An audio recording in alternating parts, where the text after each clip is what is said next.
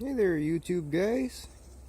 So, for those that are following along with this little series, this bolens 1053, I guess it's not a full restore, but you know, just a good general going over and trying to make it back to a more original tractor. I managed to actually find a couple things, and I guess you noticed right off the bat I got some actual bolens wheel weights, which is great. You got a matching set, one on each side.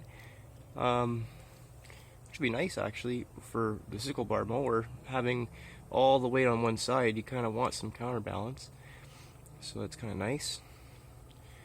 And along with the weights came a whole nother tractor. Now this one's parts machine. It's 1054, so it's really not much different. As far as I know, I think it was a 1054. I saved the side, or a 1254, because that's the only part of the hood that was really any good. Everything else was destroyed and squashed, so I saved that piece and hung it up. But it has new tires. Transmission seems to work actually pretty good. The dash is in really good shape, but unfortunately it's not the push-pull type, it's the slides. But you know, it's actually in good shape. It's not broken. There is a crack in the usual areas, one on both sides, but I mean, this is still all here. Normally this is all broke and it's not that bad. This is a problem though. That's your clutch, and the main bearing in there is kind of toast. So there's that. It has decent belts, decent pulleys, good front tires, but the steering is, well, the wheel itself shows the rest of the story. We'll give you a perspective just how bad. I got one tire steering way before the other one even does anything. So there's some major problems in here.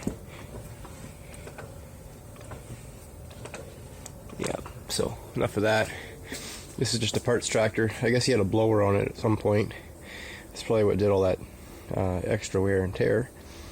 But it had a tiller with the weights. The weights are on there now. The tiller I sold already, which paid for this plus some. So I actually, this tractor gave me $100 more or less. Now I'm ahead, so that's good. But it has this plow, and again, that's probably why the front end is so beat up. It's not exactly straight, and neither is that, or you know, the whole thing. It's hard to tell, but it's seen some shit. Excuse my language, but yeah, that's pretty well beat. It's unfortunate, but the wheel weights is really what I wanted, and a good spare trans, because this one has a bad hub on this side with the freewheel pin. It's got a fair bit of play. I might be able to tighten it up, but we'll see. At least I have a backup spare trans if I need it. It's identical, and it had a good seat with the spring and the mount and all that stuff. So, you know, it's the same as this one now. It's identical, you know, which is nice, making it more back to original. The seat's not original, but it's, you know, good shape. It'll work. Now, this is the part I didn't want to do, but I did it. So the wiring is now dealt with. And yeah, it works. It runs good, it starts good, it charges. That battery is shot, so I need another new battery. And I also fixed in here that little piece, like I was saying on the other one, normally they're broke, this one was. I welded a little piece of sheet metal in, and in here it was all cracked, so welded the stud back because that one was ripped out. And on this side, did the same thing. This dash is going to get everything that's steel is going to get cleaned up, repainted. Now, that's causing a problem. It's interfering and it won't let it close all the way. So upon further looking, this pipe inside of there has to get turned. This guy has to get turned down just enough for it to make it clear this hood. So that's another thing I'm gonna have to do, but I might do it when the engine's warm and running. I have a filter on order. The local place I've been getting my belts and parts and pieces from actually still has filters for these in their book, so we ordered one. Yeah, it's coming together. And I got my books, which is nice. Finally got the proper book for that engine. And this guy here shows bolens pretty thoroughly.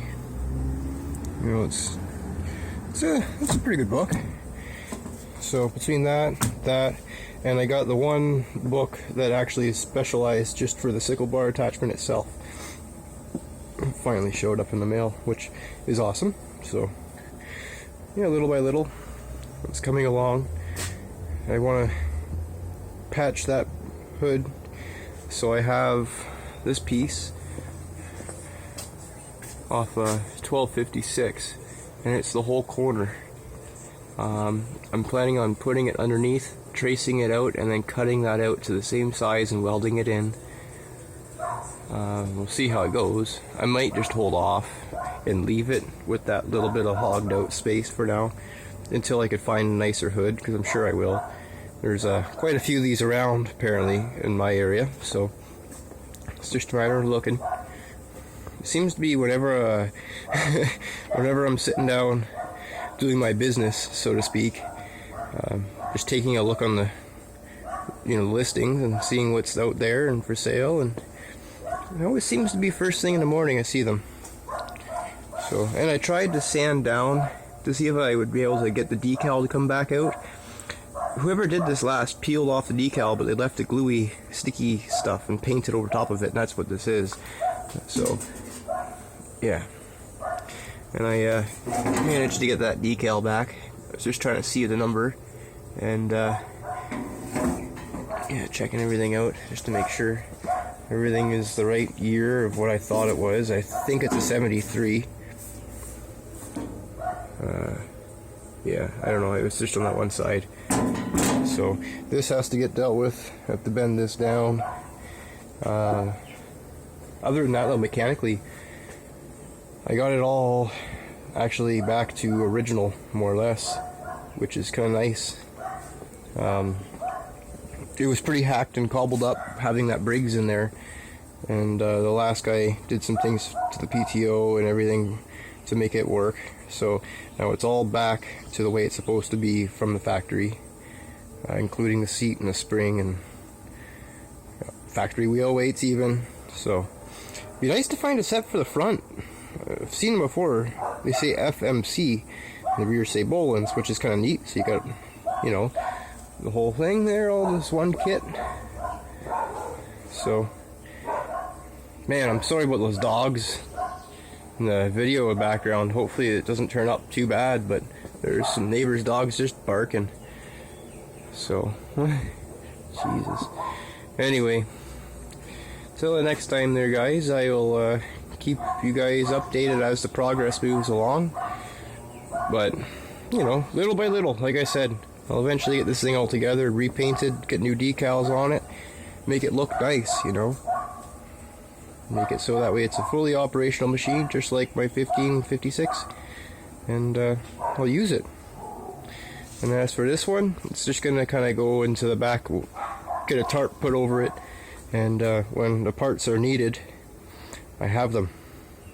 Only some, because obviously up here there's a little bit of damage, but there's a lot of stuff still on here that I could use.